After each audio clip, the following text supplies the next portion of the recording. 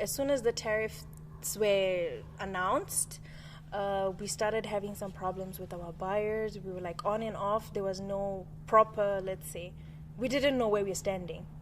So as soon as the 3 months suspension came, that's where we decided that let's try to finish the work as soon as possible before the new tariffs are introduced. That's what we were told. Unfortunately, we finished way before time, and that is why now we don't have any work.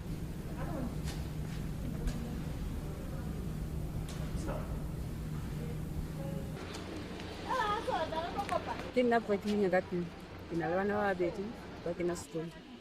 Yung preschool, yung primary, which is 7 hanggang sa. Sila ko yung house, so yung pwede ko hanggang sa lisensya sa then dati was school lang sa nakaman naman. Tapos okay. Ito lang sa lati. Okay. I think I'm looking okay now. Very smart. Thank you.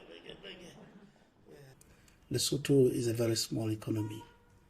The trade deficit that exists between Lesotho and the US, it's a natural trade deficit that can happen when you have this type of disparities between two economies. It cannot be breached, and certainly it cannot be breached by imposing tariffs, because the same tariffs, they are inevitably going to make it difficult for us